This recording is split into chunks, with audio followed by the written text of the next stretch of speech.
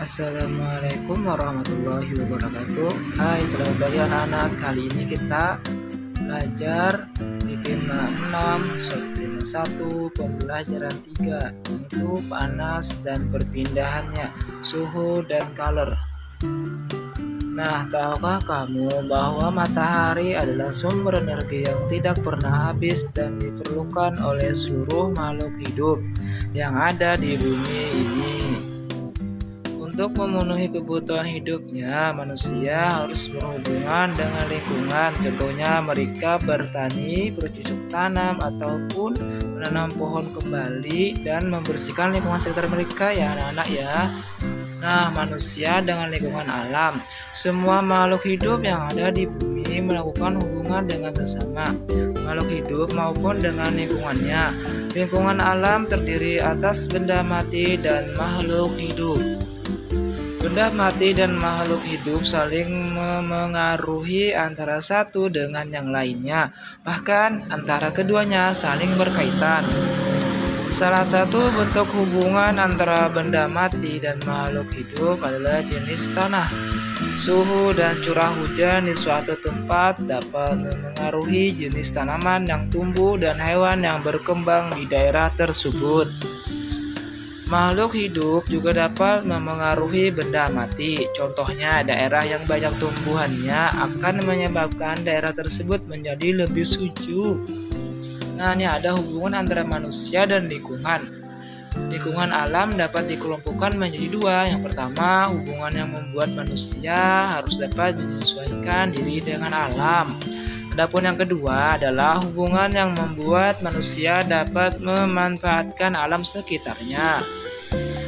Contoh hubungan manusia yang menyesuaikan diri dengan alam yaitu para petani harus menyesuaikan waktu tanam dengan musim hujan agar tanamannya dapat tumbuh dengan baik dan subur. Terus para nelayan memiliki waktu untuk berlayar menyesuaikan dengan keadaan cuaca agar terhindar dari bencana alam dan memperoleh tangkapan ikan yang banyak.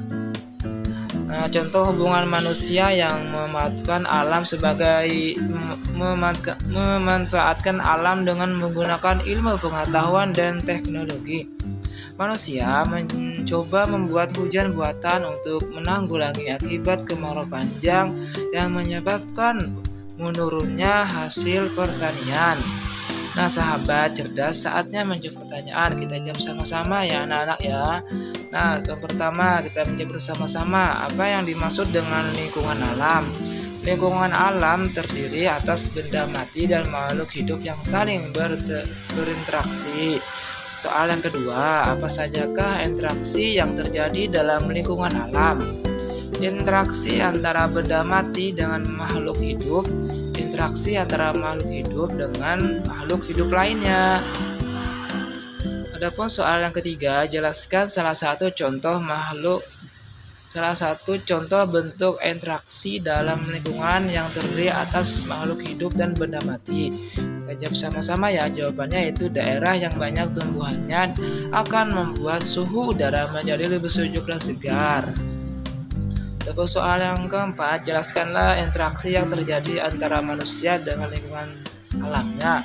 Interaksi antara manusia dan lingkungan alam dapat dikelompokkan menjadi dua, yaitu interaksi yang menyesuaikan diri dengan alam dan interaksi yang memanfaatkan alam. Soal yang kelima, berikanlah contoh bentuk interaksi antara manusia dengan lingkungan alam yang kamu ketahui. Para petani harus menyesuaikan waktu tanam dengan musim penghujan dan para nelayan memiliki waktu untuk berlayar menyesuaikan dengan keadaan cuaca. Nah, setiap manusia yang hidup di dalam masyarakat mempunyai hak yang dilindungi oleh undang-undang. Nah, ada Konvensi Hak Asasi Manusia. Anak-anak merupakan generasi penerus cita-cita perjuangan sebuah bangsa. Oleh karenanya, kebutuhan untuk tumbuh dan berkembang dalam kehidupan anak harus diutamakan. Sayangnya, tidak semua anak mempunyai kesempatan yang sama dalam mewujudkan harapannya. Banyak di antara mereka yang mengalami kesulitan untuk bertumbuh dan berkembang secara sehat dan mendapatkan pendidikan yang lebih baik lagi. Banyak anak berasal dari keluarga yang kurang mampu, yang tidak mendapatkan layanan pendidikan dan kesehatan. Konvensi hak-hak anak. Tak hanya itu, akibat perang dan pertikaian yang terjadi di beberapa negara menyebabkan banyak anak yang menjadi korban. Hak-hak mereka terabaikan sehingga menjadi korban kekerasan. Oleh karenanya, Perserikatan Bangsa atau PBB mensahkan Konvensi Hak-Hak Anak pada tanggal 20 November 1989. Konvensi ini bertujuan untuk memberikan perlindungan terhadap anak dan menegakkan hak-hak anak di seluruh dunia. Terus apa saja hak-hak anak menurut Konvensi Hak-Hak Anak? Konvensi Hak-Hak Anak yang pertama hak kelangsungan hidup, kedua hak perlindungan, ketiga hak tumbuh kembang, adapun yang keempat hak berpartisipasi. Yang pertama, hak kelangsungan hidup yaitu hak untuk melestarikan dan mempertahankan hidup dan hak memperoleh standar kesehatan tertinggi dan perawatan yang sebaik-baiknya. Adapun kedua yaitu hak perlindungan, yaitu perlindungan dari diskriminasi, eksploitasi, kekerasan dan keterlantaran. Adapun hak yang ketiga yaitu tumbuh kembang, hak memperoleh pendidikan dan hak mencapai standar hidup yang layak bagi perkembangan fisik, mental, spiritual, moral, dan sosial. Adapun yang keempat, hak berpartisipasi, yaitu hak untuk menyatakan pendapat dalam segala hal yang memengaruhi anak.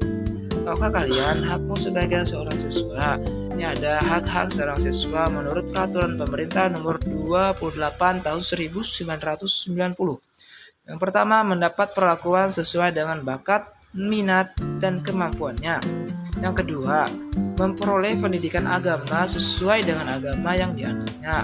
Dan yang ketiga, mengikuti program pendidikan yang bersangkutan atas dasar pendidikan berkelanjutan, baik untuk mengembangkan kemampuan diri maupun untuk memperoleh pengakuan tinggi pendidikan tertentu yang telah dibakukan. Adapun yang keempat, mendapat bantuan fasilitas belajar, beasiswa atau bantuan lain sesuai dengan persyaratan yang berlaku. Adapun yang kelima, pindah ke sekolah yang sejajar atau tingkatnya lebih tinggi sesuai dengan persyaratan menerima siswa pada sekolah yang hendak dimasuki. Adapun yang keenam, memperoleh penilaian hasil belajarnya. Yang ketujuh, menyelesaikan program pendidikan lebih awal dari waktu yang ditentukan. Adapun yang kedelapan, mendapatkan pelayanan khusus bila mana menyandang cacat. Nah, sekian dulu ya pembelajaran pada hari ini. Wabillahi taufiq wal hidayah. Wassalamualaikum warahmatullahi wabarakatuh.